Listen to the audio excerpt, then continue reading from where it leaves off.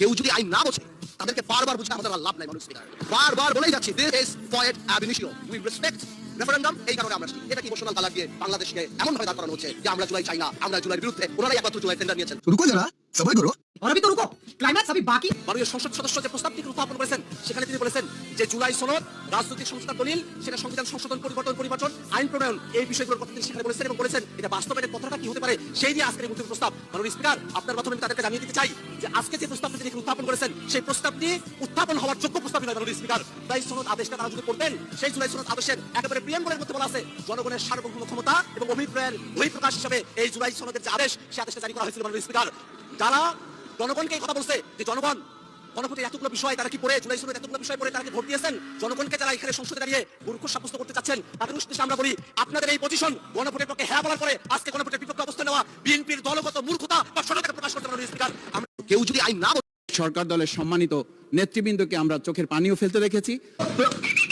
School কলেজের মাসুম বাচ্চারা নিজেদের জীবন দিয়ে রক্ত ঝরিয়ে আমাদের কাজকে মুক্ত করেছে, গোটা জাতিকে মুক্ত করেছে। আবার কাউকে কথা বলতেও শুনেছি যে এই সমস্ত বাচ্চাদের আমরা তাদের শিক্ষার্থীদের আন্দোলনের সাথে আমাদের কোনো সম্পর্ক ছিল না।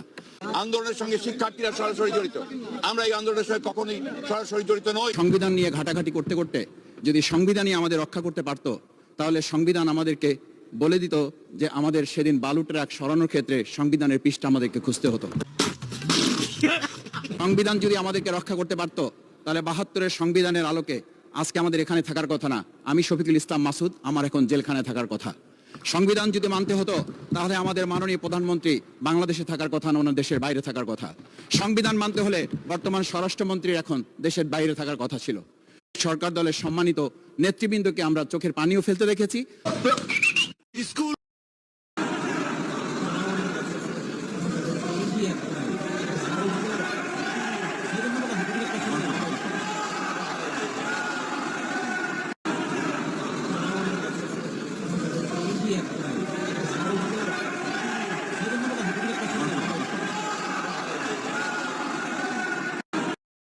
কিন্তু মাননীয় স্পিকার, আমাদের একটা তাগাদা ছিল যে এরা সংস্কারের বাহানায় যদি নির্বাচনটা না হতে দেয় সেজন্য আমরা সবকিছুতে আপোষ করে জুলাই জাতীয় সনদেও স্বাক্ষর করেছি। আমরা একত্রিত হয়েছি, সমঝোতা হয়েছে। ওদের ভেতরে এক বাইরে আরেক, তার নাম মুনাফিক, ঠিক না? মুনাফিকের সহজ সংখ্যা কি জানেন? ভিতরে লালন করে একটা অনুভূতি বা ভাবে একটা, কিন্তু মুখ দিয়ে বলে। তার মানে ভেতরে এক বাইরে আরেক, তার নাম। কিন্তু আপনাদেরকে পতন ঘটানো হবে ইনশাআল্লাহ। একটা বিষয় যে সরকার এখন বলে দিচ্ছে যে বিরোধী দল কিভাবে কথা বলবে, কিভাবে বিরোধিতা করবে, এবং বিরোধী দলের পতনও হয়ে যাবে এরকম কথা মাননীয় স্পিকার সংসদে আমাদের শুনতে হচ্ছে।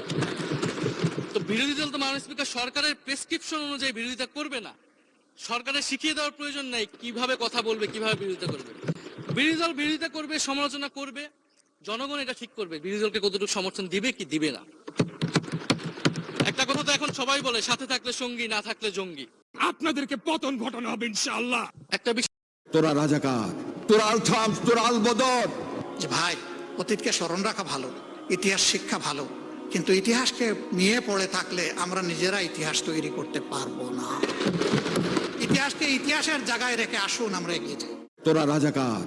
শেখ হাসিনা যেমন পদ্মা সেতু, মেট্রো রেল এগুলো সব কিছু নিজের ক্রেডিট নিয়ে ফেলাইতো, উনি এখন যেভাবে বলছেন তাতে মনে হচ্ছে যে যা যাই যে ফ্যামিলি কার্ড এগুলো আমার ট্যাক্সের পয়সায় না, ওগুলো মনে হয় তারেক রহমান এবং বিএনপির দলীয় পয়সায়। ওই যে গতকালকে দেখলাম যে বিএনপি যেই আসনগুলো জিতেছে ঠিক সেই আসনগুলোর কনস্টিটিউয়েন্সি, সেই বরাদ্দগুলো ঠিক সেই আসনের মানুষগুলোই পাচ্ছে। শেখ হাসিনা যেমন পদ্মা সেতু, মেট্রো রেল এগুলো সব কিছু নিজের ক্রেডিট নিয়ে ফেলাইতো, উনি এখন যেভাবে বলছেন তাতে মনে হচ্ছে যে যা যাই যে ফ্যামিলি কার্ড এগুলো আমার ট্যাক্সের পয়সায় না, ওগুলো মনে হয় তারেক রহমান এবং বিএনপির দলীয় পয়সায়। ওই যে আগে জুলাই সনদ বাস্তবায়ন করেন,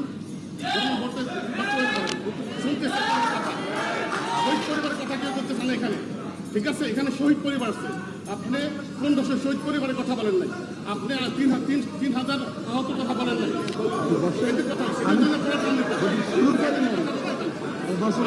অনেক জ্বালা আছে, আপনার যদি মিষ্টি মিষ্টি বক্তব্য শুনতে শোনার জন্য আসেনি, কি করবেন এটা বলেন।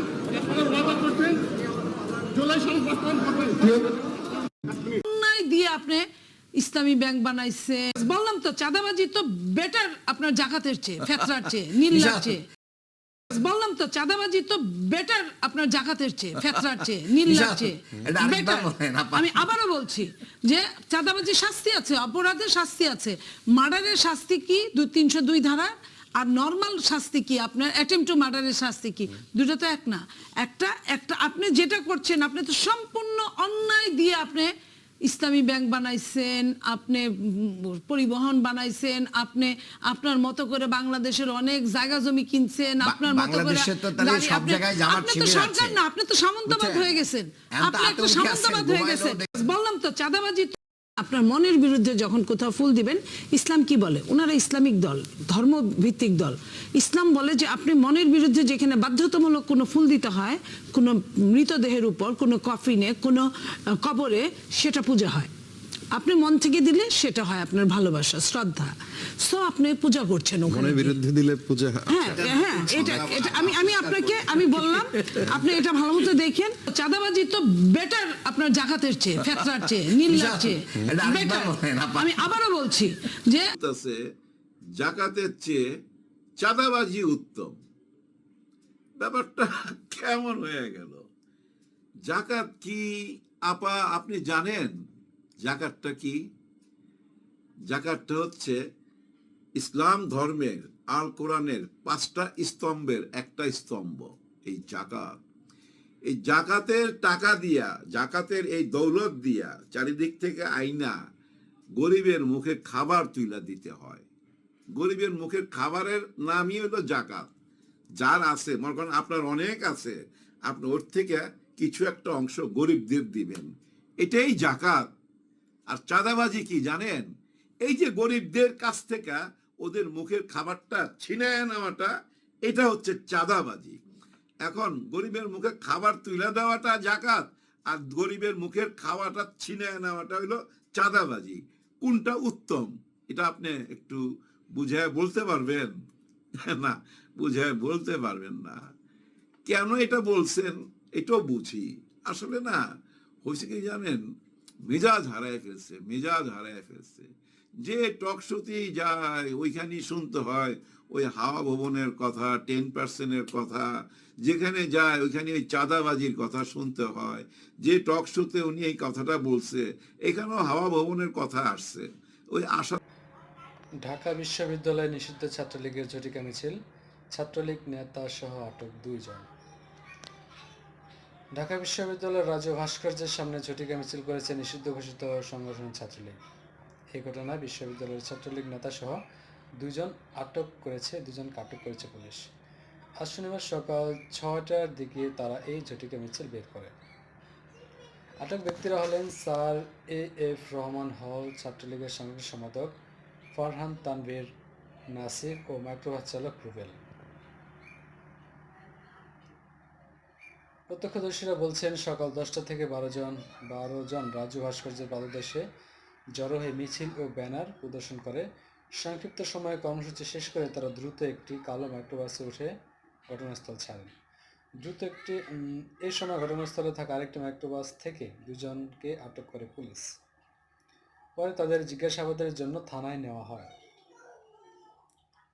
ঢাকা বিশ্ববিদ্যালয়ের প্রক্টর অধ্যাপক সাইফুদ্দিন আহমেদ প্রথম আলোকে বলেন, আটক হয় একজন ঢাকা বিশ্ববিদ্যালয়ের শিক্ষার্থী।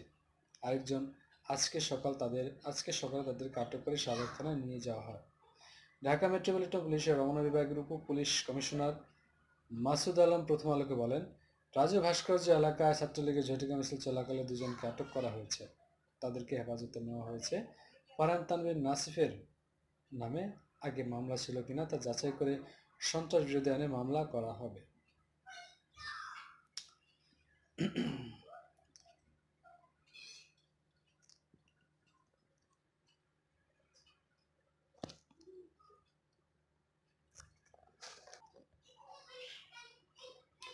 ফেসবুকে ছড়ানো অপতথ্য তদন্তের অগ্রগতি জানতে উপাচার্য কার্যালয়ে ছাত্রদলকে।